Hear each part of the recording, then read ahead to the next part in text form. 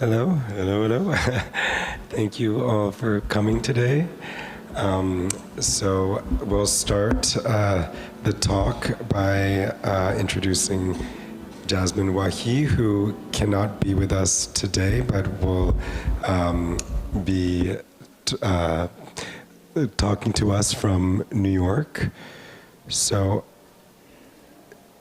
let's see if...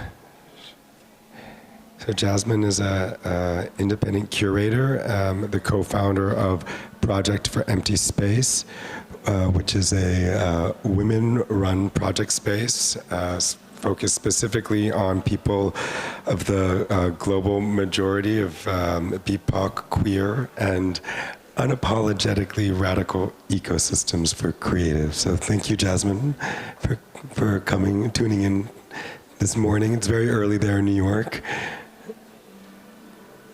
So, hi everyone. I'm Jasmine Wahi. I'm a multi-hyphenate in the art space, founder and co-director of an organization called Project for Empty Space, as well as an independent curator.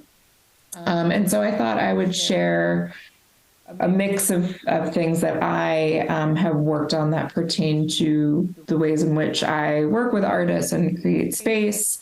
The first one being the organization that I started now almost 13 years ago, Project for Empty Space. And so what you see here is a quick view from one of our early artist in residence show with the artist Derek Adams, who after a year in the studio with us at our facility in New Jersey, created a show about leisure and joy in the space of joy as an act of resistance, as a sort of counter narrative and I guess, antidote to the perception and stereotypes of Black people in media.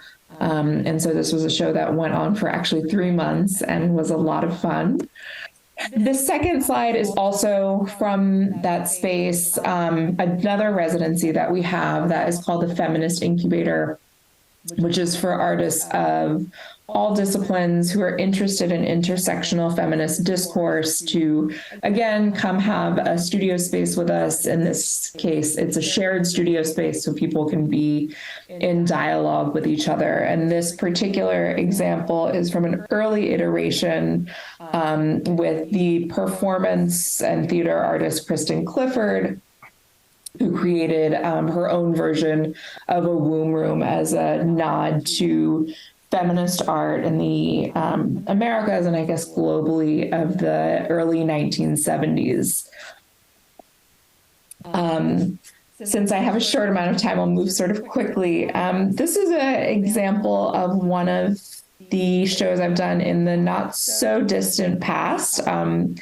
My first show in Tokyo, also with Yukako-san, and a show, like many of my others, that is interested in investigating feminist discourse and the ways in which feminism really permeates everyday lives. And this show was called All the Women in Me Are Tired, which is also the title of my TED Talk, and a 7-word poem by the poet Naira Wahid, which has always just resonated with me.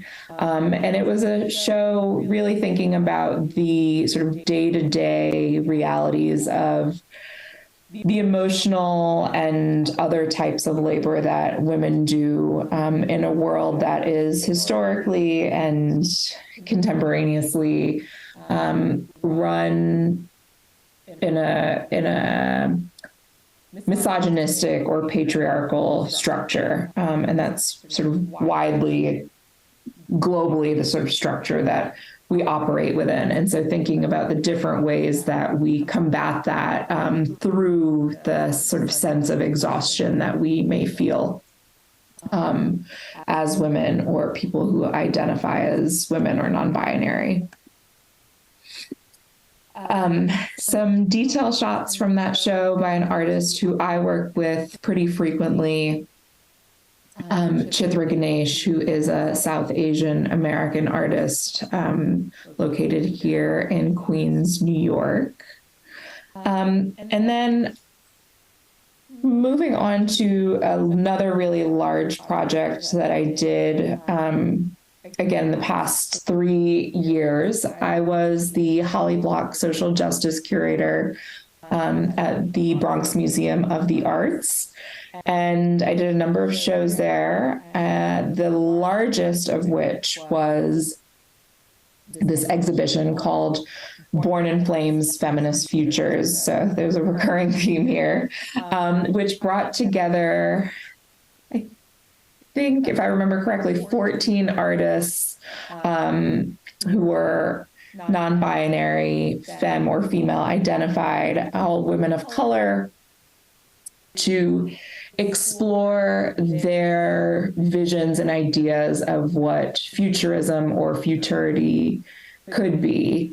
And so what you see here is an exterior shot of the museum, which featured an installation that was designed, a vinyl installation that was designed by my partner in crime and co-director of Project for Empty Space, Rebecca Jampol, that reflects a film still from the namesake of the exhibition, Born in Flames. And so this next set of photographs is from that exhibition,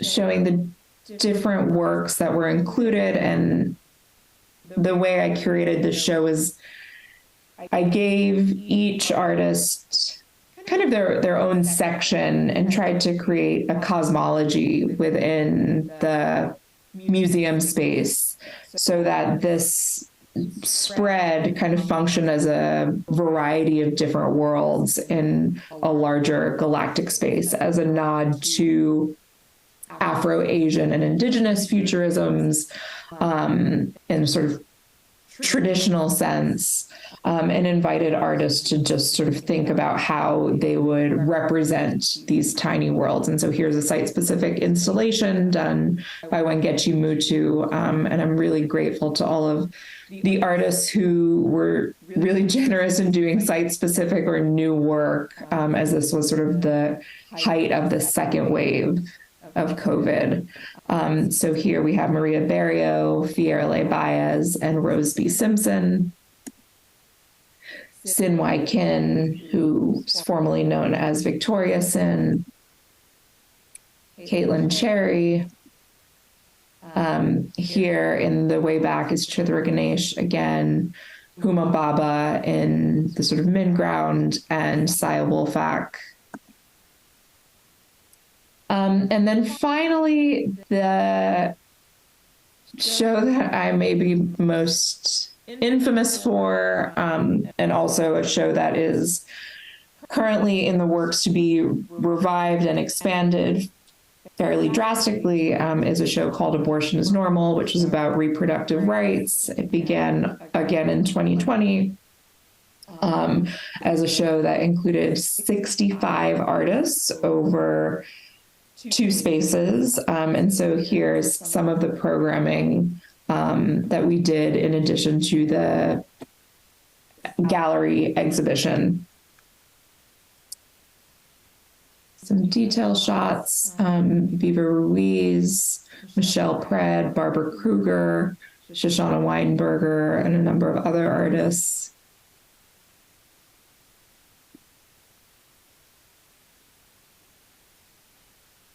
And then finally, the next iteration of that project is an expanded show called Body Freedom for Everybody, in which we are hopefully taking a 27-foot box truck that has an exhibition inside of the truck across the country, and showing the work of artists, again, from as many places as we can inside this truck, to talk about body freedom body autonomy, and the importance of choice within our rights as human beings. And this show is planned very strategically to happen ahead of the 2024 US presidential election as a way to build community and also encourage people to actually go out and vote. And I think this project is a way for us to engage artists from a much larger space than what I would normally do being in the New York area. And it also really speaks to my interest in practice as someone who thinks that art can genuinely not just reflect what's happening, but change what's happening in the world. And so this is our pretend map for right now where the truck is going to go. And I guess I will go ahead and leave it there. Thank you, Jasmine.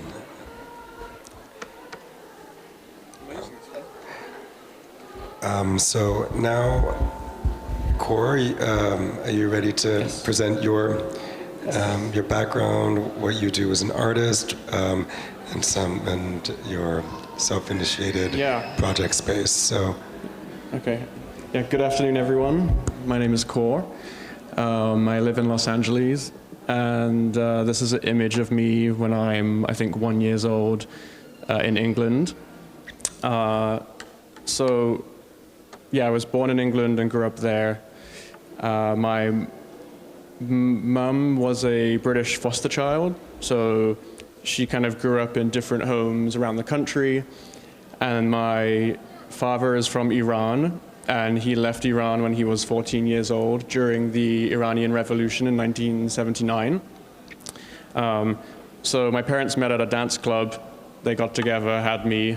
And so I kind of grew up in this mixed household where we kind of celebrated different traditions like Christmas, Persian New Year. And so my family's quite mixed. I moved to LA in 2005 when I was 17 because part of my dad's family from Iran moved to Los Angeles. So, you know, when we have like Thanksgiving dinner, we kind of have food from different parts of the world. So yeah, I've kind of grown up between cultures, and I think a lot of what I do in my work is to kind of share that experience. This is a painting of mine from the kind of carpet painting series, where I replicate kind of woven carpets into large-scale paintings. So in England, when I was quite young, my father had a storefront, and that storefront took on several businesses. Sometimes it was a sandwich shop, ice cream store, and I remember it being the carpet shop when I was about, I think, from the ages of up to 2 or 3 years old. So my early memories of color and texture really come from that time spent with him in the carpet shop, where he would mend old rugs and kind of re-dye the faded sections.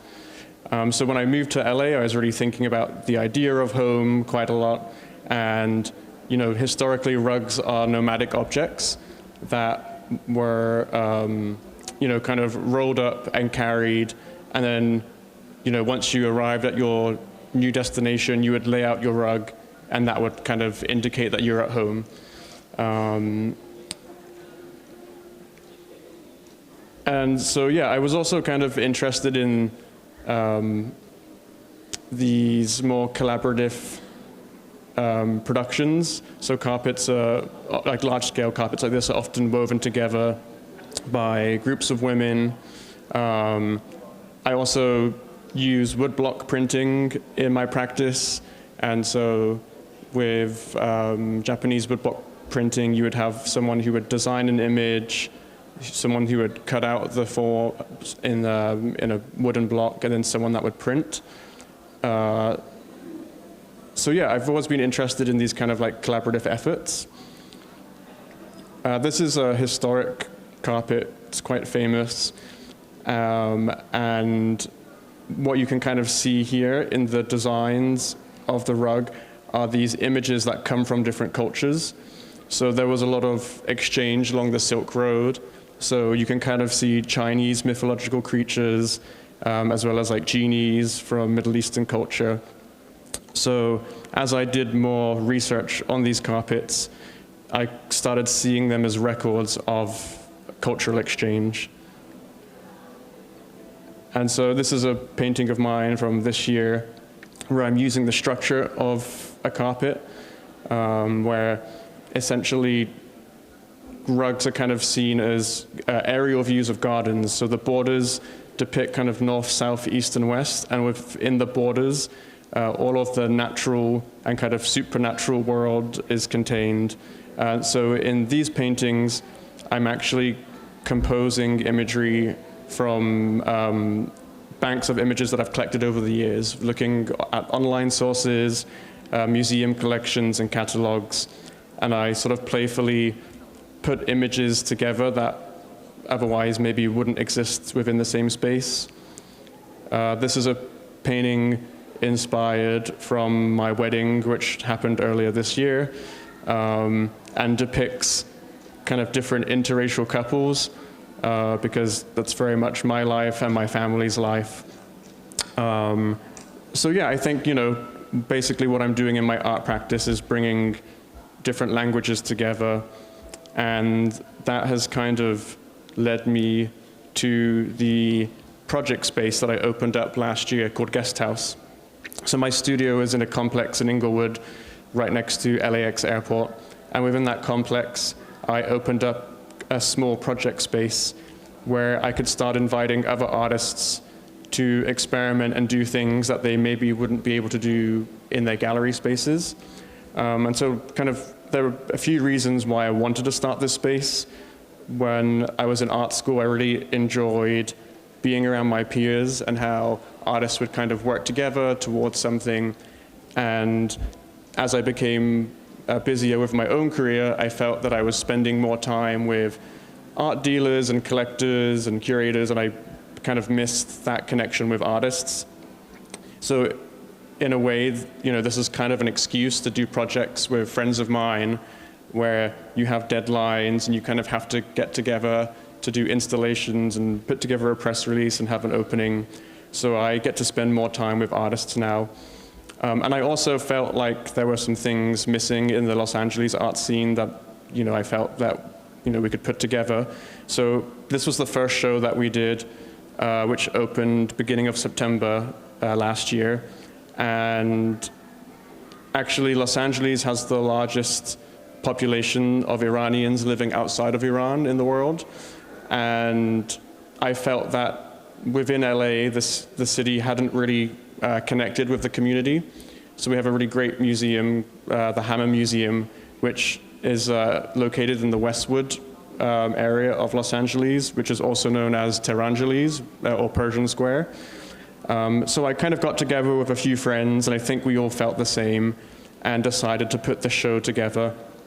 And there was several artists in the show, and I kind of wanted to show the kind of range of what the artists were doing, and I think sometimes these shows that are based around identity can become quite lazy, where an exhibition might kind of portray artists kind of all doing similar sorts of work. And I wanted to show that there was a lot of diversity even within the Iranian community.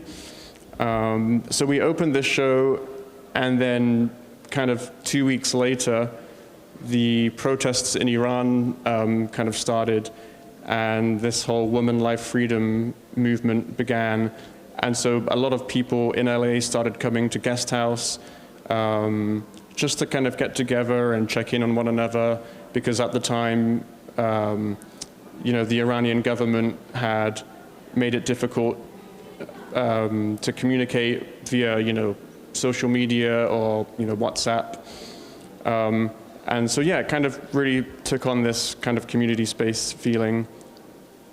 And then earlier this year during the Frieze Fair, I actually invited a gallery from Tehran called Dastan Gallery to share the space, and we were able to invite 6 artists living in Iran to show their work in LA. And that was kind of really important because since September last year, the galleries in Tehran had all closed, because of the protests. And, a lot of the artists in their kind of, in a subtle way, are always making work in reference to the government and kind of the restrictions of living in Iran. So it was a really special opportunity to actually kind of see what people in Iran are doing rather than just hearing from Iranians living in the West. So, we were able to have museum walkthroughs and have curators come by, and then just anyone interested in the region, because there's a kind of complex history between the US and Iran. So it was kind of like a really productive show to do and to share kind of the history of the two countries. And then we also, earlier this year, did a show with the artist Alexa Smith, who was kind of famous for making appropriation art in the 70s and 80s. And so she did a retrospective at the San Diego Museum of Art at the same time as the show that we did. And she makes a lot of work about American life, Americana. And there are a particular body of works that weren't really present in the show that she made in 2003 and kind of depict the US war in Iraq. And that was really surprising for me. I hadn't seen those works before. And I really liked that, this American artist was depicting America and their involvement kind of in the Middle East, which is quite a, it can be quite a tricky topic to talk about. And so, at the museum, I don't think they really wanted to have those discussions. And that was something that we were able to show in our space. And then we also have a large rooftop at the complex where we just did our first kind of outdoor sculptural installation. So this artist, Farshid, is an Iranian refugee and kind of moved to LA for art school. He currently is at the UCLA grad program and made this water fountain, which is kind of referencing Persian gardens, but then the fountain is made in this pentagon shape, which obviously references the US Pentagon building. And so he was having these experiences of moving from Iran to the US, and the US military were trying to essentially hire him to, work in the army, and, he was obviously able to speak Farsi, and so his work is kind of about his experience moving to LA and, this kind of funny experience of the US government now trying to hire him to work for them. And so here are just a few pictures from events that we've done. We've done walkthroughs, movie nights. We had a falafel night, which was quite fun and successful. And so the space is, right now I just run it on my own. My partner Katia will now help, move it forward, and hopefully we'll turn it into a nonprofit space in the future. So we'll have a larger budget to do more projects. So that's Guest House. Thank you, Kour. So, hello everyone. My name is Robbie Fitzpatrick. I have a gallery in Paris, and I previously had a gallery in Los Angeles called Friedman Fitzpatrick. So I've been running this gallery now for 10 years. But the reason I was actually invited to speak today is not so much about what I do with my gallery, but alternative initiatives that I've been involved with since I started my gallery 10 years ago. These have been projects that are alternative models for art fairs, and something that I care about deeply, and projects that I enjoy because they bring together all of my colleagues, international galleries, within formats that are not traditional. So the image that you see here is from a project I started 10 years ago in Los Angeles called Paramount Ranch.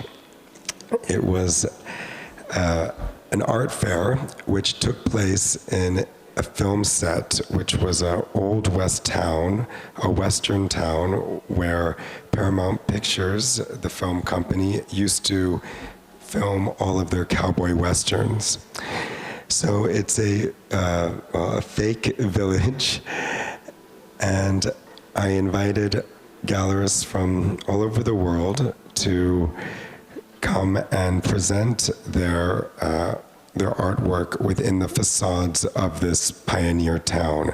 So there were presentations in the saloon, in the jail cell, in the schoolhouse of this village. So I'm just going to show you some images here of both the installation and some images of the event, which took place over the course of 3 years. So the first one took place in 2014, and then again in 2015, and then in 2016. So as you can see, it's quite radically different from the conventional art fair format, but still a marketplace, a place for gallerists and art dealers to present art and to sell art, but in a way which emphasized a more social aspect. So a place where artists, I think, felt maybe more comfortable than what is, or in a traditional fair format. In the background there, you can see there was a large inflatable work by Paul McCarthy.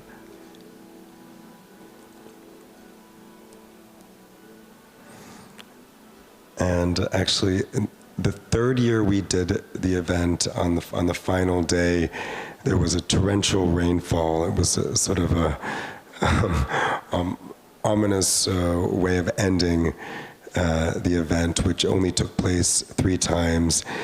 The reason we actually did it 3 times was to emulate the sort of cinematic quality of the location itself by describing it as a kind of trilogy. Yeah, there's an image of the flooding. So most recently, I initiated a project in Basel, Switzerland. So Basel is a small city in Europe, but it's famous for the art fair that takes place there every year, Art Basel, and it's probably the biggest, most important art fair. So 2 years ago, in 2022, I initiated this project, the Basel Social Club, which took place during the fair week in an abandoned villa, in a villa that was built in the 1930s. And so we used this villa to stage an exhibition where we invited 35 galleries, again, from all over the world, to present their work in a context that was radically different from an art fair, but still a place for gallerists to show art and to sell art. And then within the villa, we had a restaurant and several bars and a rigorous performance program. So it really was a space for our audience to engage socially.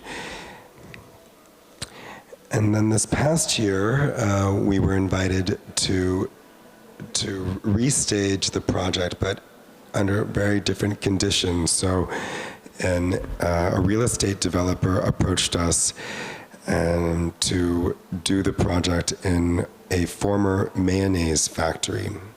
So within this factory, there were 7 large silos, and we turned each silo into an exhibition space with each room punctuated by a different kind of social engagement. For this year, we had over 100 exhibitors participating. And this is not the best image, but this space was turned into a cinema where we showed video art.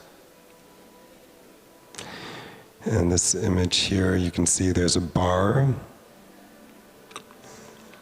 And that's actually a inflatable castle where children were encouraged to play. And you can see that there's art throughout the space in this kind of industrial setting. So very different from what we did the first year with the villa. And then here are some images of people. We actually, instead of having an event photographer, we distributed cameras to children. So all of these images that you see here were actually taken by children with disposable cameras. And this was actually our official photography that the images that we distributed to the press. And then following this project, this past summer, I initiated another project in Paris, which was called Salon d'été in French. In English, that means a summer salon. And it took place in a house called the Maison Louis Carré, which was designed by the architect Alvar Aalto. Actually, it's the only Alvar Aalto house in France. So for this project, we invited 20 galleries. They were all young galleries and project spaces to exhibit their work, again, in an exhibition format throughout the house, with a weekend-long program of events, performances, and again, this sort of emphasis on the social aspect of what we do as a creative community, as within the art industry. There's a lot of images here, but just going through. So that was, this is the last slide here. So I think now we're going to open it up to a maybe collective conversation. Obviously, the 3 speakers, all 3 of us, come from very different backgrounds and do very different things. But I think the emphasis of what this talk is about is primarily thinking about different models and specifically about, well, the future, which maybe is now.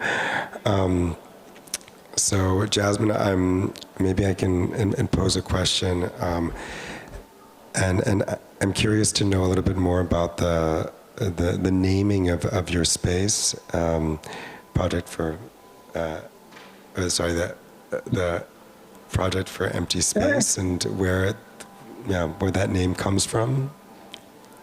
Yeah. So the space originally was not actually even a brick and mortar space. I started the organization with a friend, also not with the intention of it becoming an organization. It was really a one-off project in a small empty lot in the Lower East Side that manifested shortly after the 2008 market crash. Neither of us had jobs. The galleries we were working for had either closed or laid us off. And so we decided to just do a rogue project, because at that time you could live in New York City on whatever unemployment the government was giving out at that time.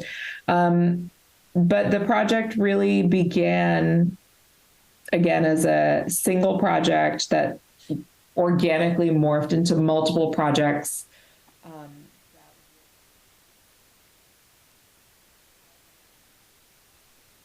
Vacant spaces all over the world. So we would collaborate with other curators and artists, really just by word of mouth, and we're occupying empty spaces. And then our main really large space that has all of our artist studios and our artist in residence programs is in Newark, New Jersey, and started out attached to a train station. And that also happened very organically. Was just chatting with a friend and they were like, oh, let's do a project in this former office space that had basically been vacated again when the market crashed. And one thing led to another, and somehow we ended up with a more or less permanent space that has all of these studios in it. And so the idea of an empty space became more conceptual, moving out of transforming or occupying empty spaces, and more about what we can do to fill a void within the context of social activism, critique, and discourse. But yeah, it really started out very literally in empty spaces, doing projects in empty spaces. Thank you, Jasmine. I think actually it's an interesting point that the three of us, obviously coming from very different situations and very different projects, but that they're all reactions, and that they're all self-initiated. They're grassroots, and I personally feel that it's now more than ever important that art practitioners and artists initiate these kinds of projects, because they're really the soul of the art world, and especially at a time in which everything is becoming so commercialized, and even museums feel like extensions of mega galleries. So it's very important, the work that you're doing, Jasmine, and same, Kour. And maybe to that point, Kour, you can elaborate a little bit more on really what brought you to doing the project space in the first place, like if you felt that you were filling a void, or if it was a reaction to something that was missing or lacking. Yeah, I think actually historically there are a lot of spaces that have been started by artists, or like are artist initiated. And when I was in art school in LA, there are quite a few of these project spaces. And over the last decade, LA has become kind of like a major art city. And so we have a lot of galleries from around the world opening up spaces. And that's really great. It's exciting. We get to see things in LA that maybe we wouldn't be able to see before. But I think it's kind of what you were saying, this kind of the soul of everything was maybe, to me, slipping a little bit. And so kind of, I think guest house, even kind of in the name of the space, it's kind of there to kind of, it has like a warm feeling. And I kind of wanted to, I was basically just thinking about the things that I had struggled with as an artist, or the things that were missing or that were not provided for me, and then thought, okay, well, maybe I can help do that for other artists. So yeah, I think kind of just thinking about the future of art is, I would like to see more artists kind of included in discussions about what's happening. So I think often we read articles that are obviously written by art writers. We see exhibitions curated by museum curators and academics. And what I would like to see is kind of more artists leading discussions or artists being asked, what is it that you need? How can we move forward? And then in the kind of spirit of this art fair, to have a collaboration and a conversation with people that are running, art fairs or galleries or, kind of institutional spaces, because I just think that things become more interesting when you have that collaboration. And so I kind of had a question for both of you, because now that I've had Guest House for a year, I kind of understand how much work it is to both run my own studio and have a project space. And so I know you're both doing a lot of different projects, and that it takes a lot of time and effort. So I'm kind of wondering why you do it and what you get out of it, because it's a lot of work. Well, maybe first. I'll let you go first. Okay, all right. Indeed, there's days when I myself question why I do it, because it is so much work. First of all, I should mention, and I forgot to in the presentation, is that I don't do this solely on my own. These have all been collective projects, and specifically with the involvement of artists. So in the first example that of the Paramount Ranch project I did in Los Angeles, that was co-initiated by two artists, Liz Craft and Pentti Monkanen. And most recently, the project I did in Basel was together with one of my artists, Hannah Weinberger. And I think that the success of all those projects was really because artists were involved. You could feel that the engagement of artists in maybe how radically non-commercial they felt, while still, of course, being spaces for gallerists to sell work. But anyway, going back to your question, why I do it. I have moments when I fear that things are becoming too conventional, especially I look at younger artists that are coming out of art schools, and I speak to some of them, and I'm shocked when they talk so much about their career paths and the strategy for showing at certain galleries, and there isn't really so much emphasis placed on alternative places for showing their work. And actually, this is why I think what you do is so important, Kour, and Jasmine, you as well with your projects, is that there need to be opportunities for artists to show the work that isn't in a strictly commercial setting, spaces for more improvisation, or spaces for activism.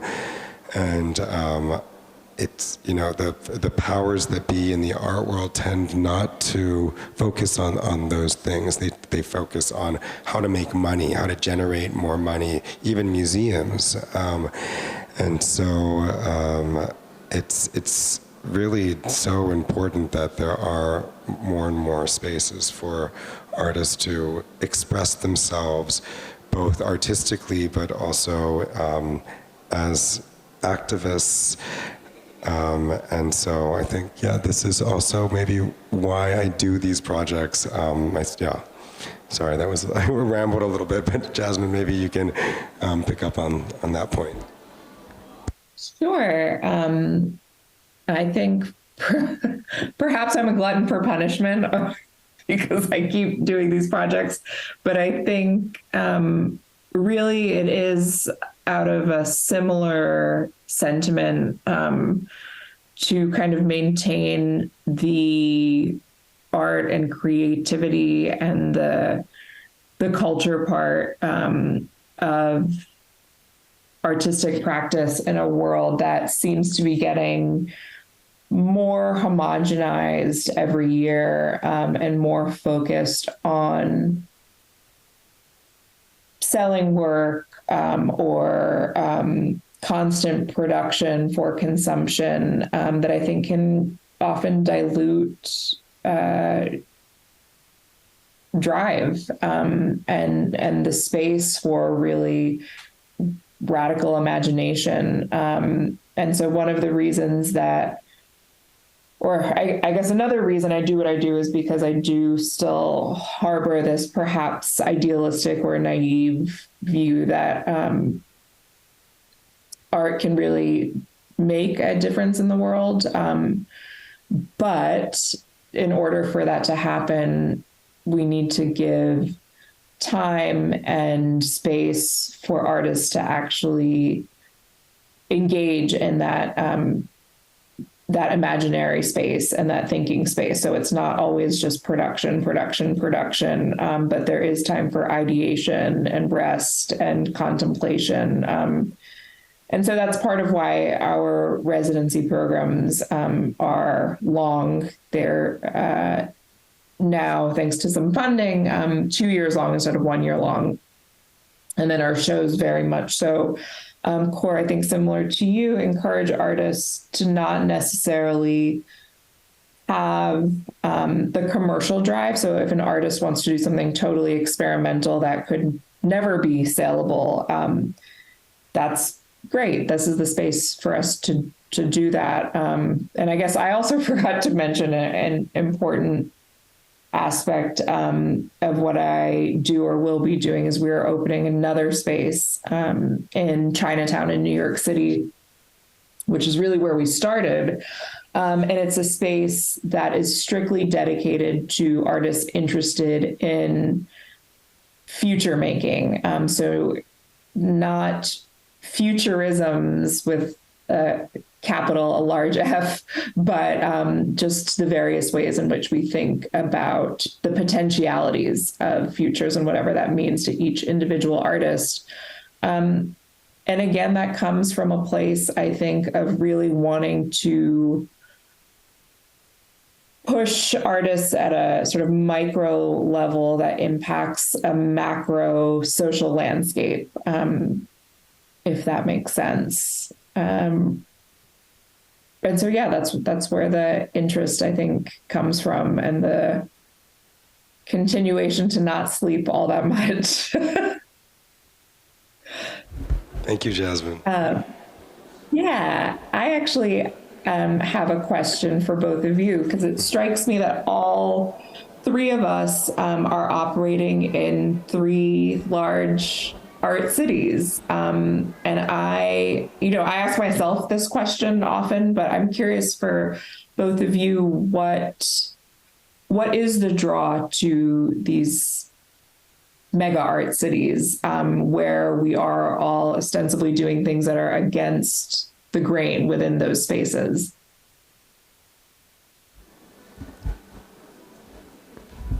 Kour, do you want to answer Yeah, that first? that's a good question. I think with LA, it's a little different because when I was in art school, I think it's always been a big artist city, but it wasn't necessarily a mega art city in terms of like galleries and, institutional spaces. Right, the market. So I think, in my case, I've seen it change over time. But, probably similar to both of you being in these large art cities is that it's to provide an alternative. And so many people come to LA from different places, and I myself, and that's quite a hard thing to do. And so to be able to, one of the focuses is to offer space to artists that are, maybe new to the city or have come from other places, and kind of give them a home or a place to express things, and yeah, to experiment. But yeah, I guess it's for that very reason, that it's an alternative to kind of the mainstream of what's happening throughout the city. So yeah, I also lived in LA and now am in Paris, and those are both cities that have very rich artistic ecosystems. When I moved to LA, it was in 2013, and it was and very different than today. And when I moved to Paris, it was, 5 years ago, and it has also blossomed quite a bit in the last 5 years. And I am really interested in looking at how these ecosystems function and what makes a city thrive when it has, when it's gaining attention, when it becomes a sort of mecca for artists to move to. Of course, New York has always, well, for the last 6-7 decades, has been a mecca for art. But I think that the success of an art capital is the diversity of the ecosystem, is that it requires both, large museums and also, of course, resources that are provided by, patrons of the arts, whether that's collectors or corporations. But then on the flip side, grassroots projects like the ones that we do, and without the full spectrum, a city cannot thrive. So, here we are in Japan, and of course, Tokyo is one of the biggest cities in the world, and there's a lot of artists living there, a lot of galleries living there, a lot of galleries there, a lot of museums, and I think that it has also the great potential to be at the status maybe of LA, New York, or Paris, but it requires the engagement of the artistic community. So I don't know how many of you are in the audience do live in Tokyo, but if you are artists and you're thinking about initiating projects, then I strongly advise that you do, because it only brings a fruitful outcome for the entire community in which you're living and working in. And maybe to that point, since we only have 5 minutes left, we can open up the conversation to the audience, if there's anyone that wants to ask any one of us a question. No? Don't be shy. Okay, yes.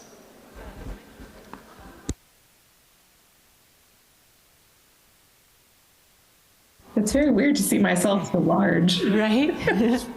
My question is maybe really simple. I'm curious what languages other than English that you speak, and how that's helped or hinder in terms of your connecting with the rest of the world, being in Paris, or just talking to artists that you're inviting. So yeah, language, how's that going?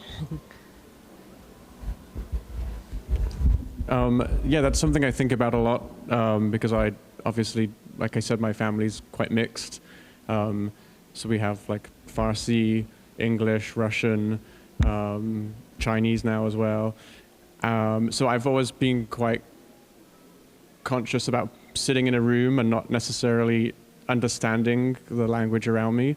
And so I think in my own practice, and even with Guest House, it's about kind of inviting different voices in, or trying to communicate. Like, you can say I love you in so many different languages. So I think the goal is to try and understand those and say those in as many ways as possible. Yeah.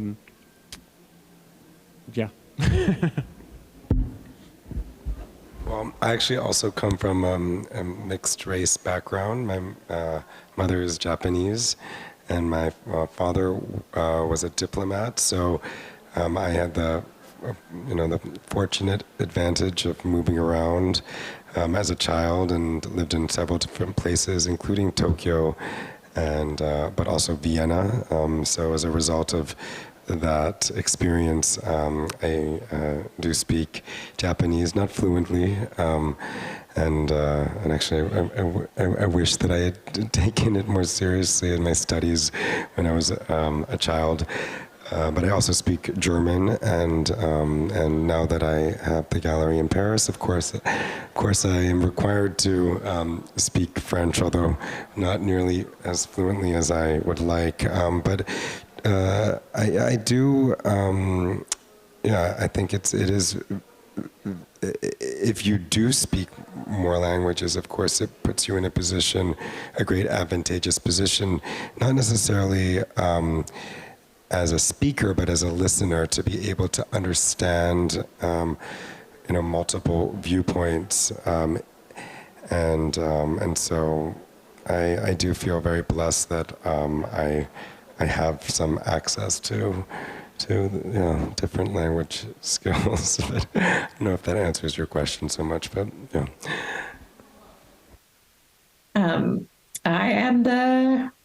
I'm a bad language person. I speak very poor Pinglish, which is a kind of pidgin of Punjabi, Urdu, Hindi, and English. I can understand much better than I can speak, and the same goes for French.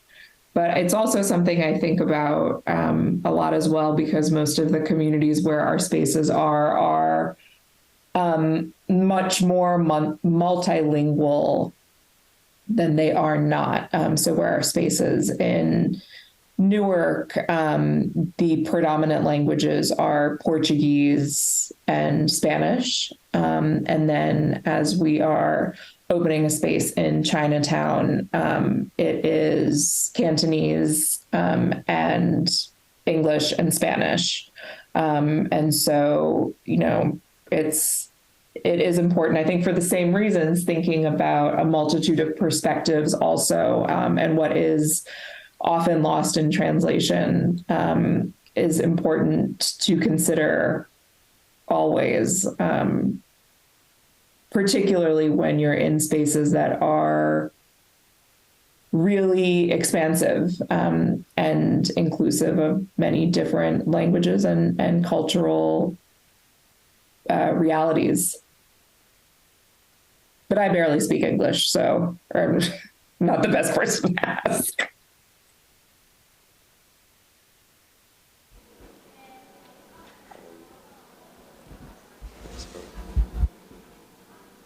Okay, I think we're getting a signal that our time is up now. So, well, that was it was nice to chat with both of you. Hope that we get a chance to meet soon in person. Jasmine, sorry you can't be here with us, but it was nice to have your face projected here on the screen. And Kour, I think we should get a drink after this. So yeah, thank you again. Thank you. Nice to be in conversation with you.